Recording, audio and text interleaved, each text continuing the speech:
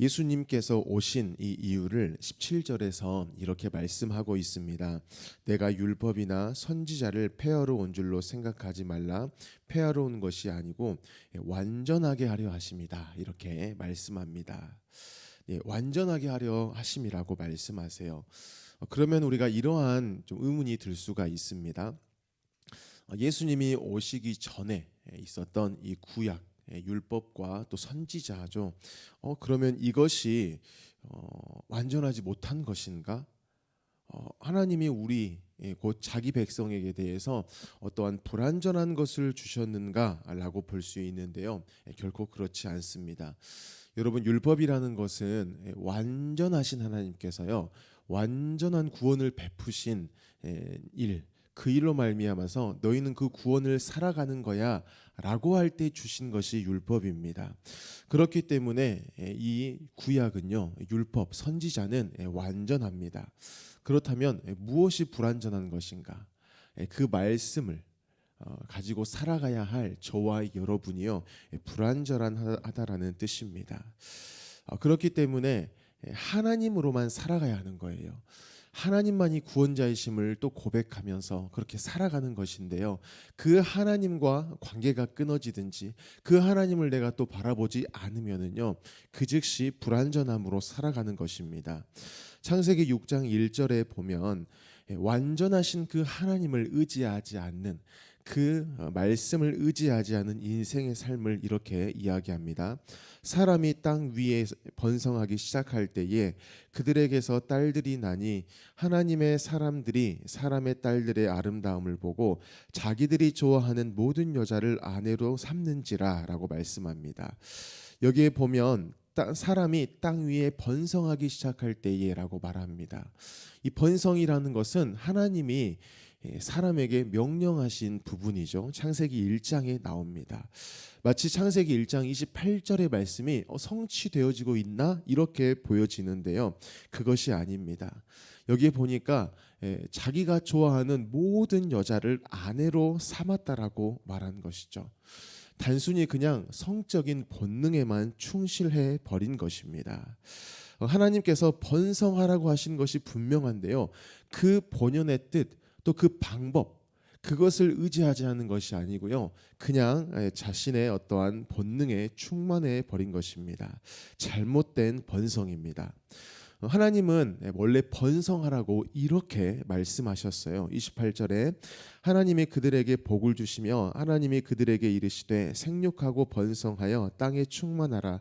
땅을 정복하라. 바다의 물고기와 하늘의 새와 땅에 움직이는 모든 생물을 다스리라 하시니라. 이 지금 번성하고 충만하고 다스리는 이 일의 전제가 되는 것이 있습니다. 그들에게 무엇을 주셨다라는 것이죠? 복을 주셨다라는 겁니다. 그런데 사람들이 이 복을요, 없애버려요. 복을 의지하지 않고 그냥 번성을 해 버렸다라는 겁니다. 그렇다면 이 복이 무엇인가? 우리가 주일날 말씀을 들었을 때에 예수 그리스도시다 이렇게 말씀을 들었어요. 다른 표현으로 하면 하나님이 우리와 함께 계신 것이죠. 그러면 하나님이 우리와 함께 계시면서 무슨 일을 하시냐? 우리를 책임지시는 것입니다. 그 책임을 위해 의지를 다 하신다라는 것이죠. 그렇기 때문에 창세기 1장 28절에 나온 이 복을요, 이렇게 정의할 수 있습니다. 모든 피조물을 책임지시겠다는 하나님의 의지입니다. 모든 것을 하나님이 다 만드시고요, 그것을 내가 책임져, 그리고 그 책임에 따른 실제적인 하나님의 일하심, 이것이 바로 복입니다. 그래서 이 번성이라는 단어가요, 동물에게도 쓰였는데 이 동물에게 쓰일 때도 복을 주셨다라고 22절에 말씀해요. 하나님이 그들에게 복을 주시며 이르시되 생육하고 번성하여 여러 바닷물에 충만하라. 새들도 땅에 번성하라 하시니라 라고 말씀합니다. 이렇게 하나님께서는 만드시고 번성하라고 말씀하실 때에 내가 그 일 가운데에 여전해 그 일은 나로 말미암아 야해, 내 법으로야, 내 의지로야, 나로 말미암아 이것을 이렇게 거듭 강조하고 계시다라는 겁니다. 그러면 이 사람도 하나님의 복에 의하여 이 모든 동물들도 복에 의하여 만들어졌는데요. 그러면 하나님이 우리 인생을 책임지시는 방법과 또 어떤 그 일하심, 또 동물들에게 일하심, 이것이 매한 가지인가? 그렇지는 않습니다. 차이가 있습니다. 왜냐하면 하나님이 동물을 만드실 때하고 사람을 만드실 때하고 차이를 두셨기 때문입니다. 여러분, 동물들은요 그냥 흙으로만 지어졌습니다. 반면에 사람은 흙으로 지어진 것은 같지만 특별히 한 가지의 일이 더 있었습니다. 창세기 2장 7절에 보면 여호와 하나님이 땅의 흙으로 사람을 지으시고 생기를 그 코에 불어 넣으시니 사람이 생명이 되니라라고 말씀합니다. 흙으로 만드셨어요. 그리고 나서 그 코에 생기를 불어넣습니다. 이 생기에 대한 번역들을 보니까요, 영혼 이러한 부분도 있어요. 즉 하나님께서 직접 인간의 코에, 사람의 코에 영혼을 불어 넣어 주셨다라는 것이죠. 이 영혼을 불어 넣어 주셨다라는 것은요 중요한 의미를 갖습니다. 뭐냐면 하나님께 대하여 반응할 수 있고요, 더 나아가서는 하나님을 닮은 존재로서 살아가도록 하셨다. 하나님과 교제하는 인생이다. 이것을 말씀합니다. 이것을 창세기 1장 26절에 이렇게 표현합니다. 하나님이 이르시되 우리의 형상을 따라 우리의 모양대로 우리가 사람을 만들고입니다. 하나님의 우리 되심이에요. 삼위 하나님이신데 그 하나님께서 우리의 형상을 따라 사람을 만드셨다라는 겁니다. 바로 사람하고 교제하려는 것이죠. 저와 여러분이 그냥 만들어진 게 아닙니다. 그냥 동물보다 조금 더 월등하게 만들어진 이 정도의 수준이 아니고요. 하나님을 닮게, 하나님의 어떠한 그 영혼을 우리가 받은 자로서 그렇게 살아간다라는 것입니다. 그렇기 때문에 영혼을 가진 우리는요, 이 하나님과 교제를 해요.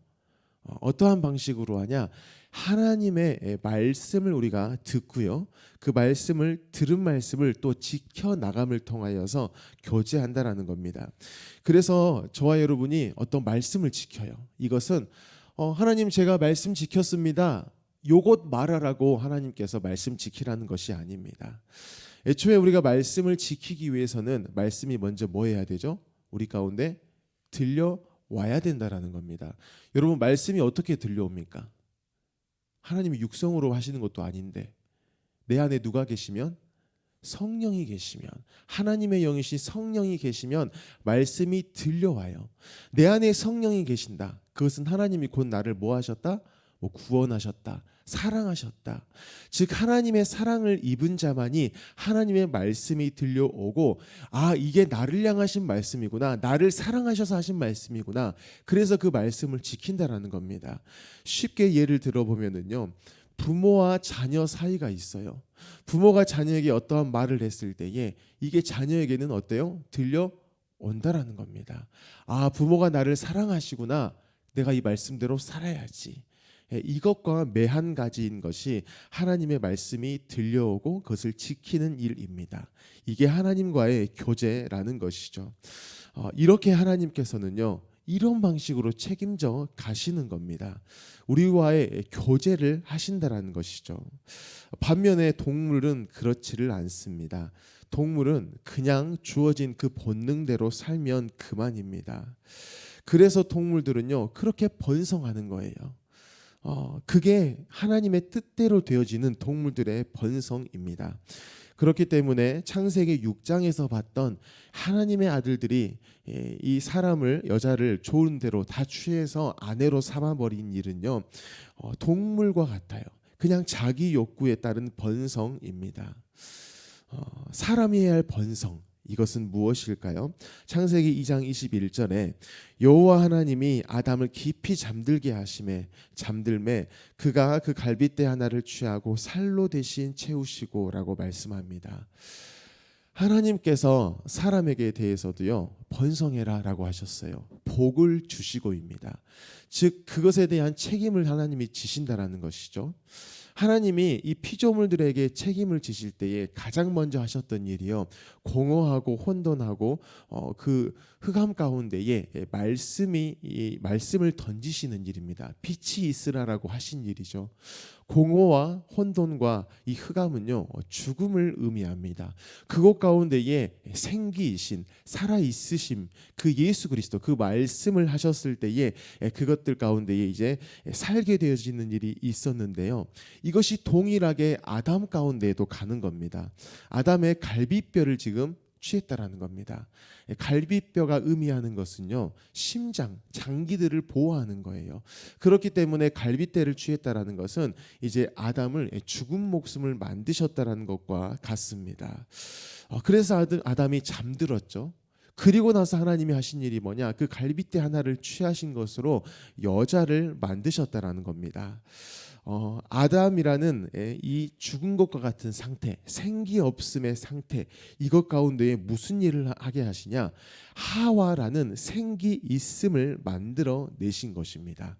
이게 바로 하나님의 사람에게 말씀하시는 번성의 방법이죠. 그래서 이 부분을 우리가 결혼식 할 때도 많이 듣습니다. 하나님 안에서의 이 결혼이라는 것이죠. 반드시 일부 일처입니다. 그래서 하나님의 질서에 따라서 결혼하고요. 또한 번성케 되어지는 일인 자녀를 출생하는 일에도 이게 동일하게 적용이 되는 겁니다. 그래서 우리 여자분들이 결혼을 하고 자녀를 출생할 때면은요 그냥 뭐 손쉽게 낳는 것이 아닙니다. 죽을 각오를 하고 자녀를 낳는다라는 것이죠. 단순히 그 낳는 그 출산하는 그 과정만 또 죽음이 아닙니다.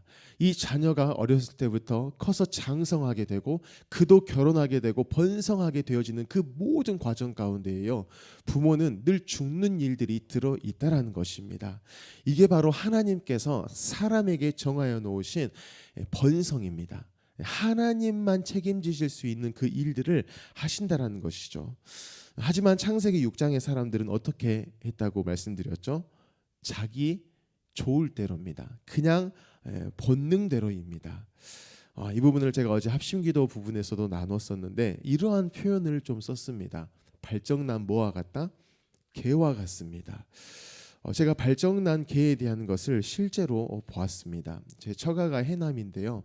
한 달 전쯤에 이렇게 해남에 갔어요. 근데 일주일 사이에 여러 번을 가는데 처음 갔을 때에 이렇게 마당에 있는 개 한 마리가 이제 새끼를 낳았습니다. 저는 배가 불렀는지도 모르고 있었는데 이렇게 새끼를 낳았어요. 그리고 한 이틀 후에 갔는데 또 한 5m 옆에 묶여 있는 개가 또 새끼를 낳습니다. 그리고 나서 다음 날 갔는데 집 안쪽에 있는 개도 새끼를 또 낳습니다. 일주일 사이에 개가 10마리가 태어나게 된 겁니다. 그러면서 저 스스로 한번 생각을 해본 거예요. 집안에 이 암컷이 3마리가 있었는데 대체 수컷은 어떤 개였을까? 그러면서 이 암컷은 3마리인데 수컷도 3마리였을까? 라는 생각은 들지 않았습니다. 그냥 아마 동네 돌아다니는 수컷 한 마리가 이렇게 임신을 시키고 그렇게 새끼를 낳았을 것으로 생각이 됐다라는 것이죠. 지금 그 저의 처가 가운데에 동물들이 뭐한 일이 일어난 거죠? 번성한 일이 일어난 겁니다. 하나님께서는 동물들에게 대해서 번성할 때에 이러한 일들을 하셨다라는 것이죠. 그래서 그 10마리 새끼가 이렇게 태어난 걸 보고요. 가족들이 이거 좀 도덕적으로 옳지 않는데 이거 좀 이상한데 전혀 이렇게 말할 거리가 아닙니다. 너무나 잘된 일이라는 것이죠. 하지만 이 동물들에게 있었던 이 일이요. 만약에 어떤 옆집 이웃 가족에게 있었던 일이라고 한번 생각을 해봅시다. 그러면 어떻죠? 끔찍한 일인 것입니다. 그 일이 지금 창세기 6장 가운데에서도 나타났다라는 것입니다. 왜 이런 일들이 일어나게 됐는가? 바로 사람이요 하나님을 떠났기 때문입니다. 하나님은 완전하세요. 그런데 그 완전하신 하나님을 떠나니까요. 하나님의 그 말씀들, 율법들을 우리가 지켜낼 수가 없게 되어졌다라는 것입니다. 그래서 예수님께서 말씀하시는 거예요. 내가 율법이나 선지자를 폐하러 온 줄로 생각하지 말라. 폐하러 온 것이 아니요 완전하게 하려 함이라라고 말씀합니다. 욕망대로 살아가는 인생들이에요. 또한 율법을 지키기는 지키는데 지킨 것을 가지고 그래서 내가 의로워 이렇게 생각하면서 고개를 빳빳하게 들고 있는 그들에게 지금 말씀하시는 겁니다. 야, 너희는 누가 필요하다? 나 예수 그리스도가 필요하다. 내가 아니면 너희는 완전하지 않다. 너희가 그 말씀들을 지켰더라도 그것은 완전함이 아니다. 나로 말미암음인 것이다. 나로 말미암아 하나님과의 관계 안에서 그 말씀들이 지켜지는 것을 경험하는 것이다. 이렇게 말씀합니다. 그래서 예수님께서는요, 이처럼 욕망대로 살아가는 그 한 예시를, 한 실제의 이야기를 또 우리에게 말씀합니다. 요한복음 8장 3절에 보면 서기관과 바리새인들이 음행 중에 잡힌 여자를 끌고 와서 가운데 세우고 예수께 말하여 선생이여, 이 여자가 간음하다가 현장에서 잡혔나이다. 모세는 율법에 이러한 여자를 돌로 치라 명하였거니와 선생은 어떻게 말하겠나이까? 라고 이야기합니다. 지금 서기관과 바리새인들이 나와요. 그 서기관과 바리새인들이 의미하는 것은 나는 율법을 잘 알고 잘 지켜온 사람입니다 라는 것을 드러내며 사는 사람들입니다. 그 사람들이 지금 뭐 하냐? 그 율법을 어겨버린 여자를 지금 예수님 앞으로 지금 데리고 온 겁니다. 그 군중 가운데에 딱 세워놓고 예수께 말한 것이죠. 이것에 대해서 예수님이 7절에 이렇게 말씀하십니다. 그들이 묻기를 마지 아니하는지라. 계속 예수님께 빨리 대답해 보십시오. 대답해 보십시오. 이때에 이에 일어나 이르시되 너희 중에 죄 없는 자가 먼저 돌로 치라 하시고 딱 한 문장 말씀하십니다. 이 한 문장으로 이 사건을 종결시키시는 것입니다. 7절이 이런 의미입니다. 서기관과 바리새인들아, 율법을 잘 알고 있구나. 그리고 너희는 간음한 적이 없으니 지금 이 여인을 죄인 취급하고 있는 것이겠지. 그런데 너희는 죄가 없느냐, 이렇게 말씀합니다. 즉 이 율법을 지켜냄 이것 자체가 죄인이 아님을, 이거 아니야, 이렇게 지금 말씀하고 있는 겁니다. 또한 율법을 지켰다고 해서 누군가를 정죄할 수 있는 자격이 주어진 것도 아니다, 이렇게 말씀합니다. 무엇을 말씀하시냐면요, 지금 너희들이 이 군중 가운데에 세워놓은 저 여자, 얼마나 부끄럽겠습니까? 또한 돌에 쳐 죽이라고 했기 때문에 그 사실을 너무 잘 알기 때문에 벌벌 떨고 있어요.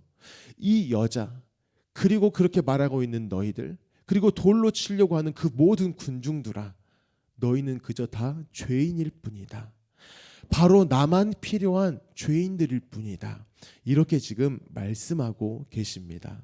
바로 마태복음 5장 17절의 의미인 너희에게는 내가 필요해, 나만 필요해, 내가 아니면 너희는 완전치 않아, 이렇게 말씀하고 있습니다. 이 말씀을 들었던 사람들이 하나둘씩 떠나죠. 9절에 보면 그들이 이 말씀을 듣고 양심의 가책을 느껴 어른으로 시작하여 젊은이까지 하나씩 나가고 오직 예수와 그 가운데 섰는 여자만 남았더라라고 말씀합니다. 예수님께서는 지금 이런 상황을 유도해 놓고 계셨습니다. 여자만 서 있고요, 딱 예수님 1대1로만 이제 남아 있는 것입니다.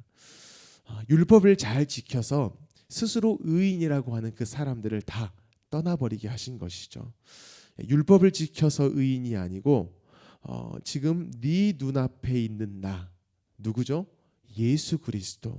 그 예수 그리스도를 알고 내 말대로 사는 것이 의인이다, 이렇게 보여주고 계십니다.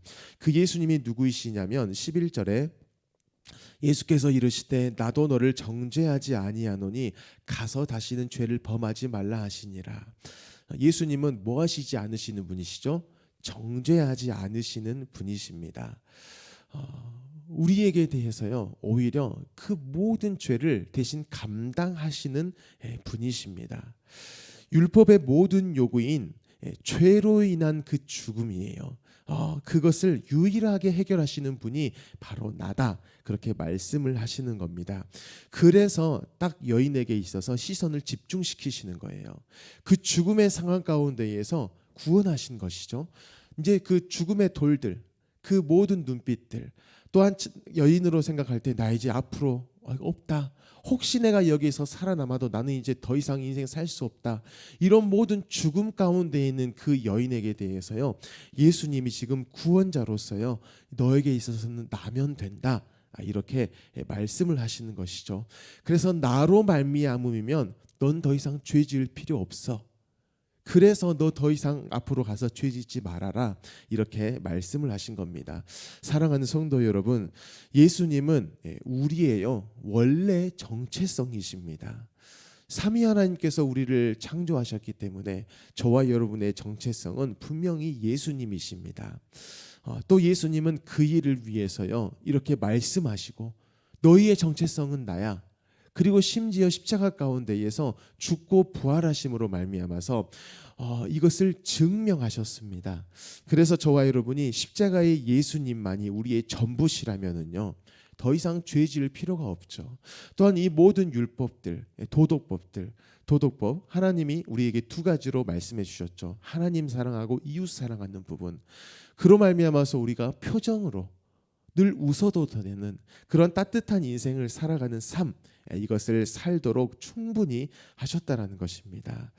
그렇게 저와 여러분이 오늘 하루가 주어졌다라는 것, 이것은요, 이 놀라운 예수 그리스도로 말미암는 우리의 정체성을 우리가 다시 한번 더 알고 그 주님이 함께 하시기에 또 그렇게 살아가도 된다는 것을 기억하시고 오늘 하루를 살아가셨으면 좋겠습니다. 제가 17절 한 번만 더 읽겠습니다. 내가 율법이나 선지자를 폐하러 온 줄로 생각하지 말라. 폐하러 온 것이 아니요 완전하게 하려 함이라. 아멘. 우리 이 시간 함께 기도하겠습니다. 먼저 주신 말씀을 가지고 기도하실 때에 하나님, 저는 저의 욕망대로 살아가는 것이 언제나 편합니다. 매일 또 그렇게 살아왔습니다. 하지만 또 하나님은 우리에게 말씀하십니다. 그 말씀이 들려옵니다.